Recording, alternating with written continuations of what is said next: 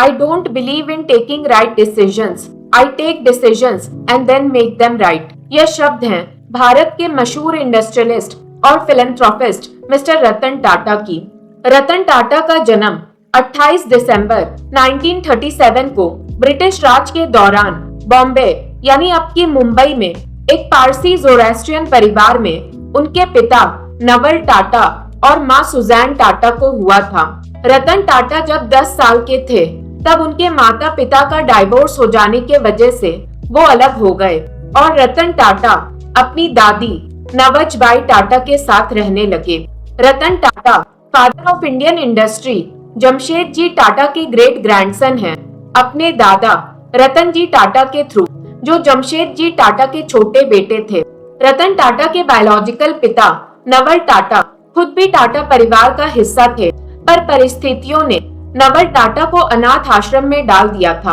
नवल टाटा की माँ यानी कोवर बाई जमशेद जी टाटा की साली थी और उनके पिता होरमुस जी टाटा थे जो टाटा परिवार के एक दूर के शाखा से आते थे। होरमुस जी टाटा के इंतकाल के बाद उनके परिवार की आर्थिक हालत काफी बिगड़ गई, जिसके वजह से नवल टाटा के परिवार ने उन्हें कुछ वक्त के लिए पारसी ऑर्फनेज में रख दिया था। जब जमशेद जी टाटा के छोटे बेटे रतन जी टाटा की विधवा पत्नी नवजबाई टाटा जो खुद भी संतान सुख प्राप्ति से वंचित थी, उन्हें इस बात का पता चला, तब उन्होंने नवल टाटा को गोद लेने का फैसला किया, जिसके बाद नवल टाटा एक बार फिर टाटा परिवार का हिस्सा बने।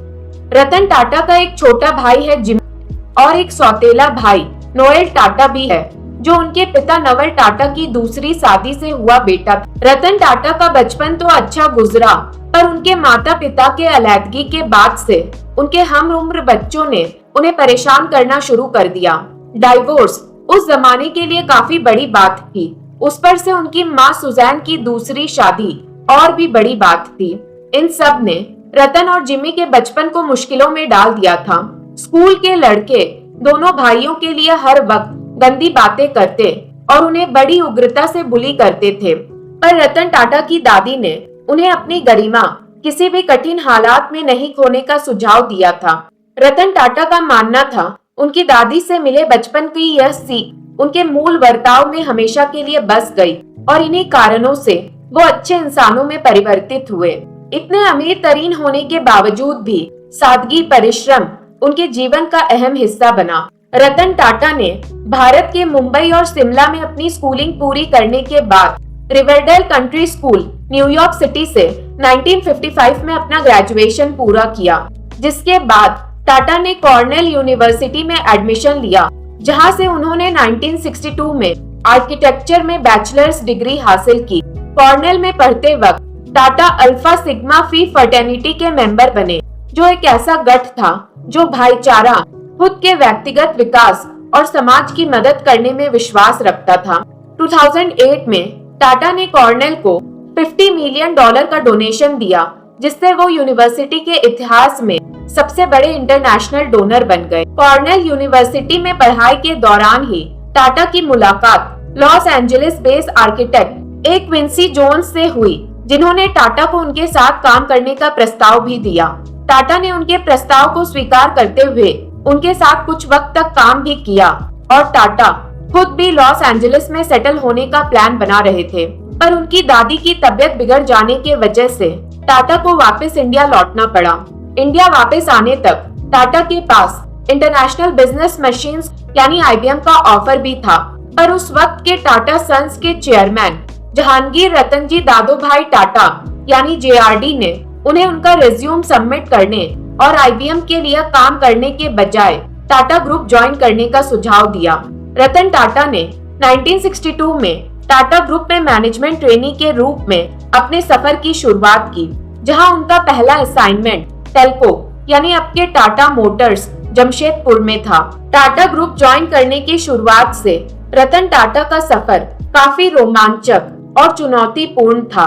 टाटा ग्रुप के साथ पारिवारिक रिश्ते के बावजूद भी रतन टाटा ने फैक्ट्री में शॉप फ्लोर पर काम करके ग्राउंड लेवल ऑपरेशंस को समझने का फैसला किया और अपने सफर की शुरुआत की।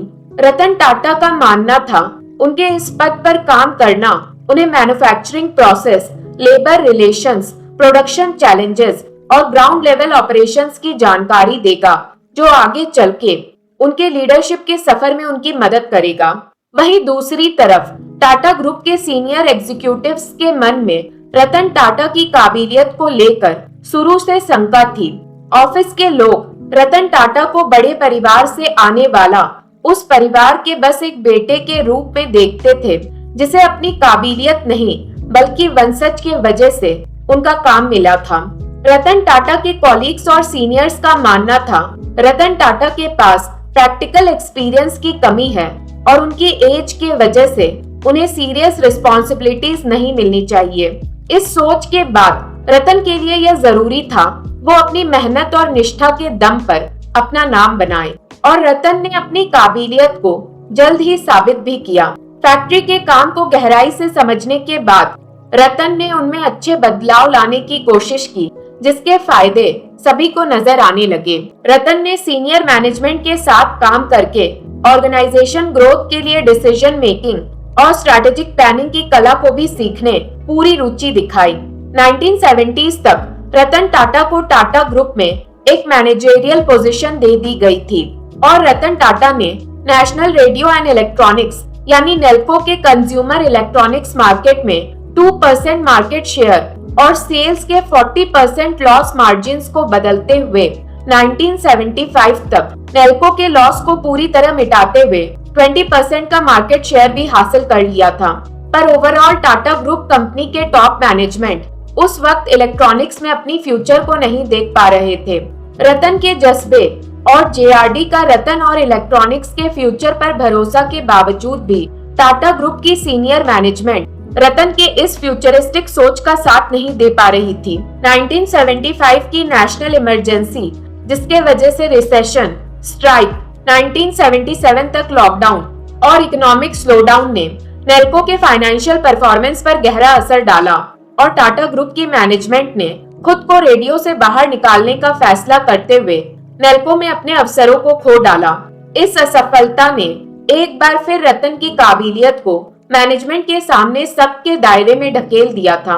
1991 में जेआरडी टाटा ने टाटा सन्स के चेयरमैन के रूप में अपना पद छोड़ दिया और रतन टाटा को अपना सक्सेसर बनाया। यह रतन टाटा की जिंदगी का मुख्य बदलाव था। जेआरडी टाटा जो एक विजनरी लीडर थे, उन्होंने कंपनी को बहुत ऊंचाइयों तक पहुंचाया था। इसलिए रतन टाटा के लिए यह पद चुनौतीपूर्ण था, क्योंकि रतन टाटा की लीडरशिप की शुरुआत होने पर कंपनी के अंदर और बाहर दोनों जगह मिले जुले विचार थे। कुछ लोग उत्साहित थे, जबकि दूसरे लोग रतन की काबिलियत पर सवाल उठा रहे थे। शुरुआत में रतन को अलग अलग सब्सिडियरीज हेड की तरफ से काफी कठिनाई का सामना करना पड़ा, जो सीनियर टाटा के टेन्योर के दौरान काफी ऑपरेशनल फ्रीडम का आनंद ले रहे थे। अपने सामने आए विरोध और समस्या का समाधान करने के लिए रतन टाटा ने सबसे पहले अपने सीनियर एग्जीक्यूटिव्स के साथ अपने संबंध मजबूत बनाने के लिए काम करना शुरू किया। रतन ने सीनियर्स को सुनने का फैसला किया और उनके व्यूज और ओपिनियंस की इज्जत करते हुए उनके एक्सपीरियंस से सीखने के लिए खुद को तैयार किया। इस प्रकार उन्होंने अपने सीनियर एग्जीक्यूटिव्स के भरोसे को जीता और उन्हें साथ मिलजुल कर काम करने में मदद मिली। रतन ने टाटा ग्रुप के कोर वैल्यूज और एथिक्स पर फोकस किया, जो जेआरडी टाटा ने एस्टैब्लिश की थी, और स्ट्रैटेजिक डिसीजंस लेना शुरू किया, जैसे कि एक रिटायरमेंट एज, सब्सिडियरीज को सीधा ग्रुप ऑफिस को रिपोर्ट कराना और सब्सिडियरीज से उनकी प्रॉफिट का एक हिस्सा टाटा ग्रुप ब्रांड बनाने में देने की मांग करना। रतन टाटा ने इनोवेशन को प्रायोरिटाइज किया और काफी रिस्पॉन्सिबिलिटीज यंग टैलेंट को डेलीगेट की। अपने लीडरशिप में ओवरलैपिंग ऑपरेशंस को स्ट्रीमलाइन किया। रतन टाटा ने टाटा ग्रुप की पोर्टफोलियो को डाइवर्सिफाई करने का फैसला किया, जो उनके लीडरशिप के पहले कुछ सालों का एक महत्वपूर्ण हिस्सा था। उन्होंने नई इंडस्ट्रीज जैसे आईटी सेक्टर में टीसीएस, हॉस्पिटैलिटी में ताज होटल्स और ऑटोमोटिव में टाटा मोटर्स में इन्वेस्ट किया, जिससे ग्रुप की ग्लोबल ग्रोथ हुई और नई अपॉर्चुनिटीज मिलने लगी। उन्होंने इंटरनेशनल एक्विजिशंस पर फोकस किया, जैसे कि टाटा टी का टेटले टी को खरीदना, जो टाटा ग्रुप को ग्लोबल मार्केट में एस्टैब्लिश करने में मददगार रहा। 1998 में टाटा ग्रुप ने काफी बड़े इकोनॉमिक चैलेंजेस का सामना किया, लेकिन रतन टाटा की लीडरशिप के कारण उन्होंने इन मुश्किलों को सफलता से पार किया। सबसे बड़ा चैलेंज था टाटा मोटर्स के लिए, जब कंपनी ने अपनी पहली passenger car Tata indica launch की। इंडिका लॉन्च होने के बाद इनिशियल रिस्पांस थोड़ा नेगेटिव था। लोगों को कार पसंद नहीं आई, सेल्स एक्सपेक्टेशन पर खरी नहीं उतर रही थी और कंपनी को नुकसान उठाना पड़ा। काफी क्रिटिक्स ने इस प्रोजेक्ट को फ्लॉप बोला और कुछ स्टेक होल्डर्स ने सजेस्ट किया कि टाटा मोटर्स को यह प्रोजेक्ट बंद कर देना चाहिए। इस मुश्किल घड़ी में रतन टाटा ने अपना विश्वास नहीं तोड़ा। उन्होंने अपनी टीम के साथ काम किया, इम्प्रूवमेंट्स और मॉडिफिकेशंस के थ्रू इंडिका को बेहतर बनाया और कस्टमर के फीडबैक्स को सीरियसली लिया। रिजल्ट्स यह हुआ कि 1-2 साल के अंदर इंडिका मार्केट में अपना दबदबा बनाने लगी। यह कार धीरे धीरे इंडिया की एक बेस्ट सेलिंग कार बन गई और टाटा मोटर्स ने अपने पहले बड़े पैसेंजर व्हीकल प्रोजेक्ट को सफल बनाया। टाटा ने अपने लीडरशिप में सिर्फ इंडिका को ही नहीं, बल्कि टाटा ग्रुप के और भी बिजनेस को इकोनॉमिक स्लोडाउन के दौरान संभाल कर रखने में मदद की है। उन्होंने इनोवेशन को फोकस बनाया और अपने प्रोडक्ट्स और सर्विसेज को ग्लोबल स्टैंडर्ड के हिसाब से डेवलप किया। टाटा ग्रुप ने ग्लोबलाइजेशन पर ध्यान दिया, जिससे इंटरनेशनल मार्केट में भी उनका प्रेजेंस बढ़ा और रेवेन्यू और प्रॉफिटेबिलिटी दोनों में बढ़ोतरी आई। इन कदमों के मदद से रतन टाटा ने कंपनी को इकोनॉमिक चैलेंजेस के बावजूद भी ग्रोथ और सक्सेस की राह पर रखा। Transparent, open forum discussions, free idea और कंसर्न शेयरिंग मीडियम्स, टीम्स को डिसीजन लेने की एम्पावरमेंट देने के साथ रतन टाटा बहुत जल्द एम्प्लॉयज के ट्रस्ट जीतने लगे और कंपनी के ओवरऑल फाइनेंशियल हेल्थ और मार्केट प्रेजेंस दोनों को बढ़ा दिया। यह सब कुछ रतन टाटा की विजनरी थिंकिंग और उनके बिजनेस एक्यूमेन की पहचान को दर्शाता था। रतन टाटा के लीडरशिप के 21 सालों के सफर में टाटा ग्रुप की रेवेन्यू 40 टाइम्स से ज्यादा और प्रॉफिट 50 टाइम्स से ज्यादा बढ़ गई। जब रतन टाटा ने कंपनी का कंट्रोल संभाला था, तब कंपनी की सेल्स ज्यादातर कमोडिटी सेल्स पर डिपेंड करती थी, लेकिन रतन टाटा के टेन्योर के अंत तक मेजॉरिटी सेल्स ब्रांड्स के जरिए होने लगी। उन्होंने टाटा नैनो कार्स के जरिए कार सेगमेंट को एक ऐसे प्राइस पॉइंट पर ला दिया जो एवरेज इंडियन कस्टमर्स के लिए रीचेबल हो गया। कार ड्रीम नहीं, बल्कि एवरेज इंडियन कस्टमर्स के लिए रियलिटी बन चुका था। रतन टाटा की लीडरशिप के दौरान टाटा मोटर्स ने जैगवार लैंड रोवर और टाटा स्टील ने कोरस खरीदने का फैसला किया। इन एक्विजिशंस ने टाटा ग्रुप को एक इंडियन सेंट्रिक डोमेस्टिक कंपनी से एक ग्लोबल बिजनेस में कन्वर्ट कर दिया, जहां 65% से ज्यादा रेवेन्यू इंटरनेशनल ऑपरेशंस और सेल्स से आने लगे। टाटा द्वारा जैगवार लैंड रोवर यानी JLR का फोर्ड से एक्विजिशन काफी रिस्की डिसीजन था। उस वक्त ग्लोबल फाइनेंशियल क्राइसिस चल रही थी और JLR एक स्ट्रगलिंग कंपनी थी जिसका फ्यूचर का कुछ पता नहीं था, लेकिन रतन टाटा की विजनरी लीडरशिप और स्ट्रैटेजिक डिसीजन ने इस एक्विजिशन को टाटा मोटर्स के लिए एक बदलाव का माध्यम बना दिया, जो आगे जाकर एक बड़ी सफलता की कहानी बनी। रतन टाटा के विजन ने JLR को रिवाइव करते हुए उसके एग्जिस्टिंग स्ट्रेंथ्स पर ध्यान दिया, जहां जैगवार की एलिगेंस और लैंड रोवर की रग्ड रिलायबिलिटी को रीडिफाइन करने का प्लान बनाया गया।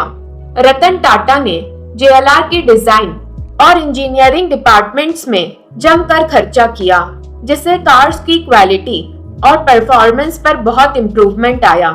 इसके साथ साथ JLR के प्रोडक्ट पोर्टफोलियो को डाइवर्सिफाई करने पर अपना योगदान दिया और JLR के अंडर नए मॉडल्स जैसे रेंज रोवर एवोक्यू, जैगवार XF और जैगवार F टाइप को इंट्रोड्यूस किया गया।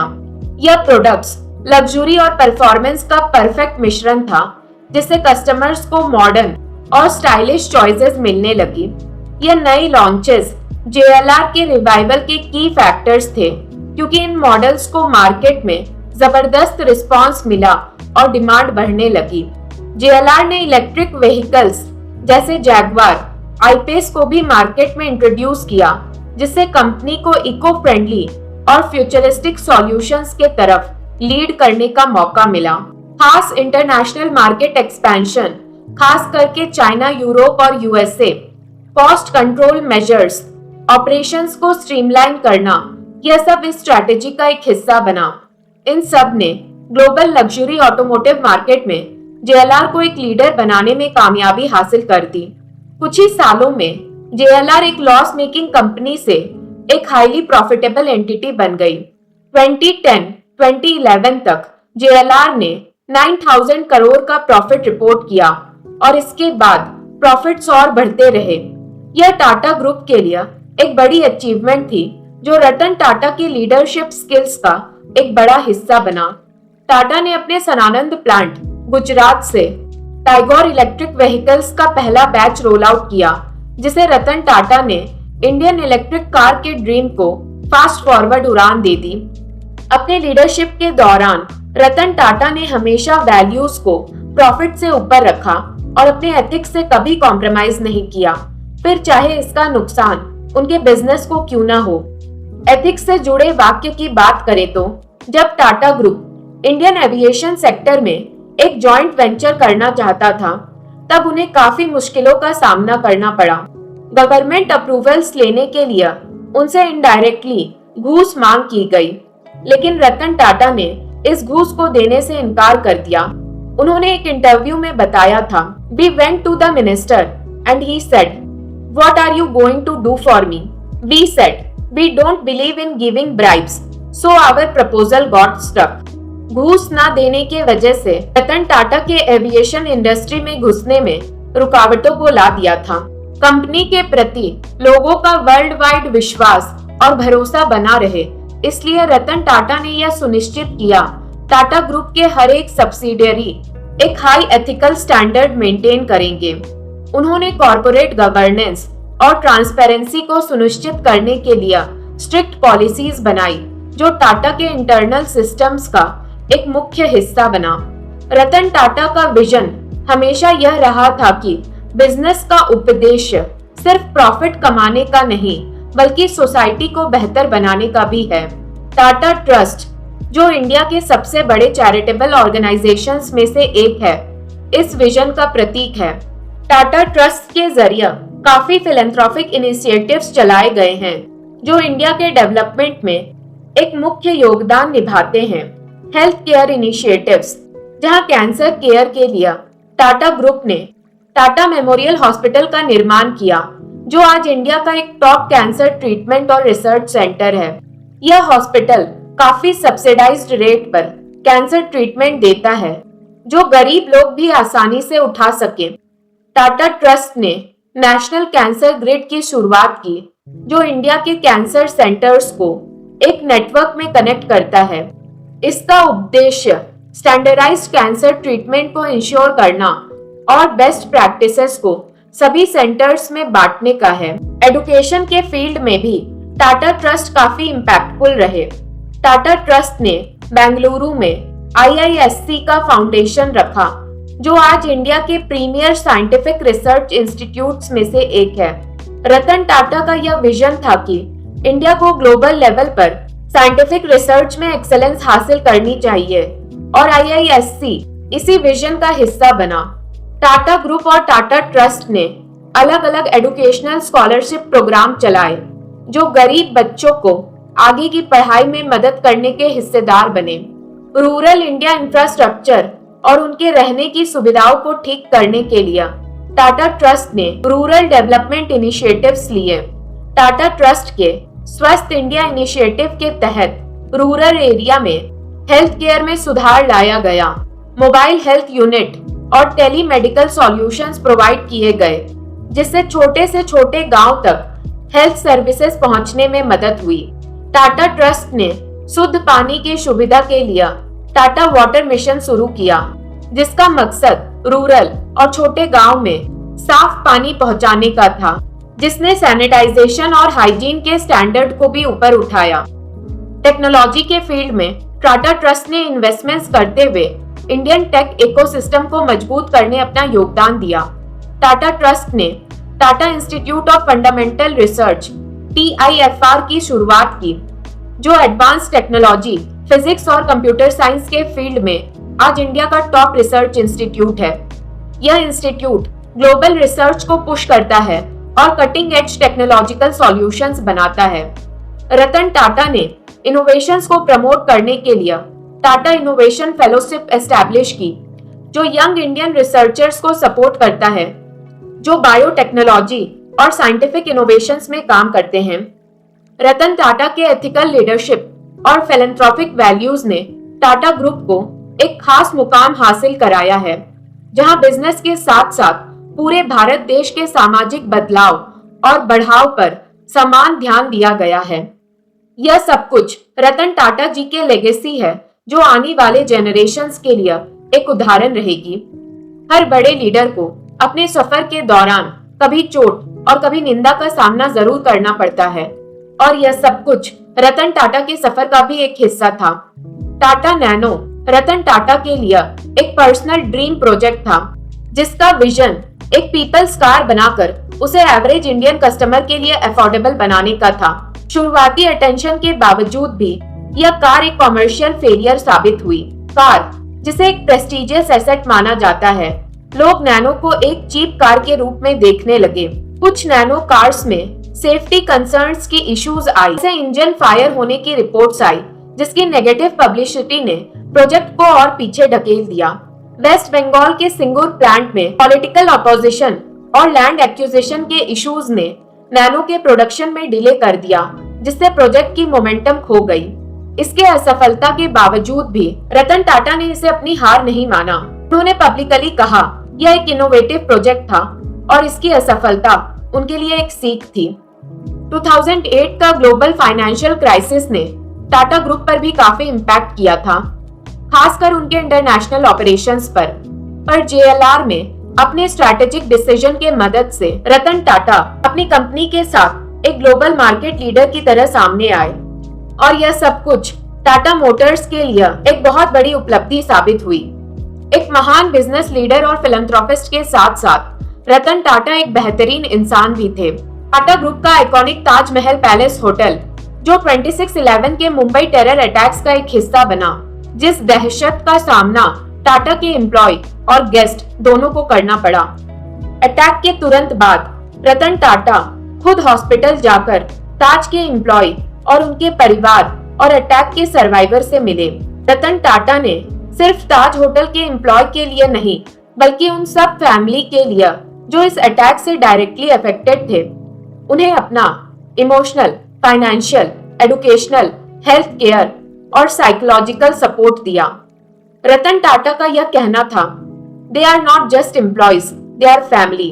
वो सिर्फ कर्मचारी नहीं थे, वो परिवार हैं। उन्होंने यह सुनिश्चित किया, कोई भी पीड़ित परिवार आर्थिक या मानसिक जदोजहद में अकेला ना हो। इसके अलावा रतन टाटा ने ताज के गेस्ट विक्टिम और होटल के आसपास रहने वाले लोकल वेंडर, टैक्सी ड्राइवर और रोजमर्रा के कर्मचारियों की भी मदद की, जो भी इस अटैक से पीड़ित हुए थे। यह सब कुछ सिर्फ आर्थिक मदद तक सीमित नहीं था, बल्कि रिहैबिलिटेशन और लॉन्ग टर्म मेडिकल केयर भी दिया गया। टाटा होटल के अटैक के 21 महीने के अंदर पूरी तरह से उस होटल को वापस ठीक कर दिया गया, और इस रिस्टोरेशन का काम रतन टाटा ने इस विजन के साथ शुरू किया कि होटल उन परिवार और उन कर्मचारियों की यादों का एक प्रतीक बनकर रहेगा, जिन्होंने इस दरिंदगी का सामना किया और इससे पीड़ित हुए थे। 2004 के दर्द भरे सुनामी के बाद रतन टाटा ने पर्सनल इनिशिएटिव लेकर टाटा ग्रुप के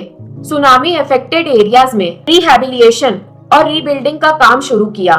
टाटा ग्रुप्स ने हाउसिंग और इंफ्रास्ट्रक्चर डेवलपमेंट में खर्चा किया और पीड़ित लोगों को तुरंत राहत पहुंचाई। यह काम टाटा रिलीफ कमेटी के थ्रू किया गया, जिसमें लोकल कम्युनिटीज को खाना, रहना और मेडिकल सुविधाएं दी गई।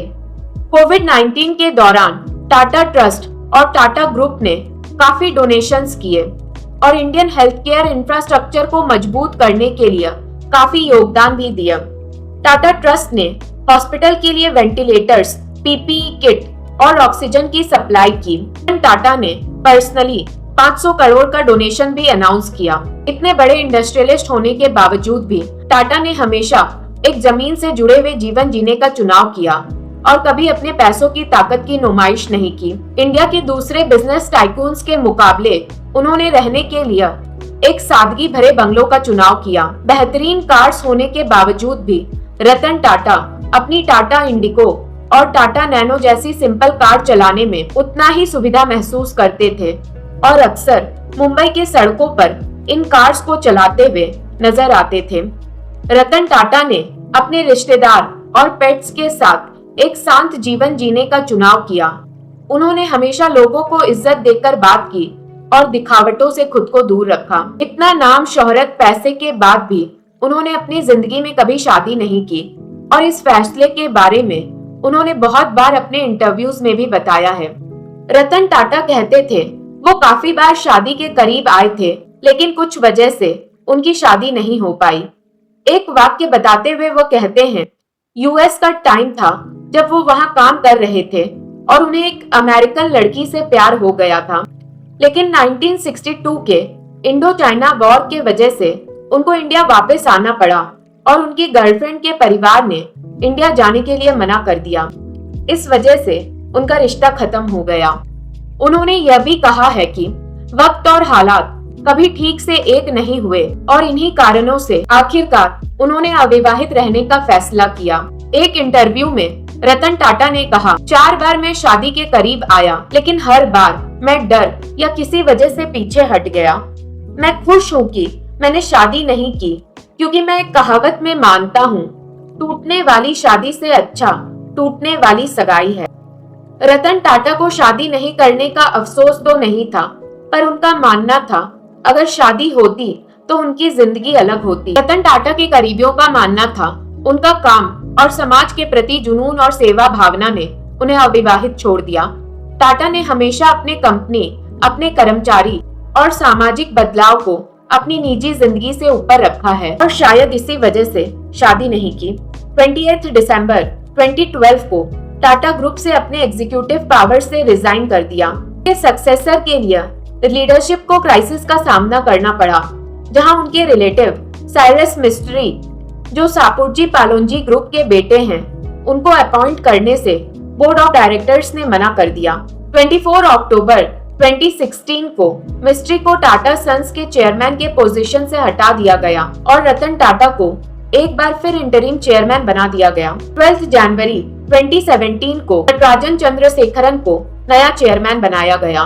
रतन टाटा ने अपनी खुद की दौलत से भी कई कंपनीज में इन्वेस्ट किया, जैसे स्नैपडील, टी बॉक्स, कैशकरो.com और ओला कैब्स। उन्होंने चाइनीज स्मार्टफोन स्टार्टअप Xiaomi में भी स्टेक्स एक्वायर किए। 2016 ने उन्होंने नेस्ट अवे में इन्वेस्टमेंट किया, जिसने बाद में जेनिफाई को एक्वायर करके पेट वेलफेयर के लिए डॉग स्पॉट शुरू किया।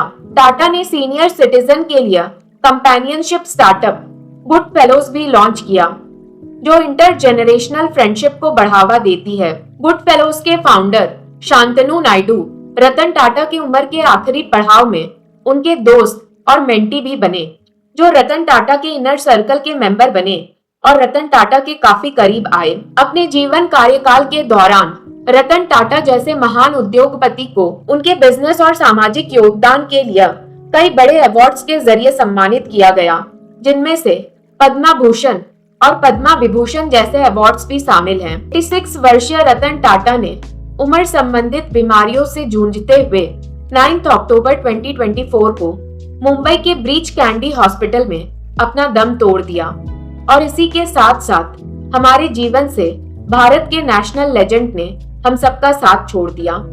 रतन टाटा के सौतेले भाई नोएल टाटा को इमीडिएट इफेक्ट के तहत टाटा ट्रस्ट का नया चेयरमैन घोषित कर दिया गया है। आज की वीडियो मैं रतन टाटा जी के एक और पंक्तियों से खत्म करना चाहूंगी, जो पंक्तियां मुझे सबसे ज्यादा पसंद है। आगे बढ़ने और जिंदा रहने के लिए जिंदगी में उतार चढ़ाव जरूरी है, वरना ईसीजी में आए सीधे लाइन का अर्थ भी मौत होता है। ऐसे ही इंटरेस्टिंग कहानियां के लिए मेरे चैनल को लाइक, शेयर और सब्सक्राइब करना ना भूलें।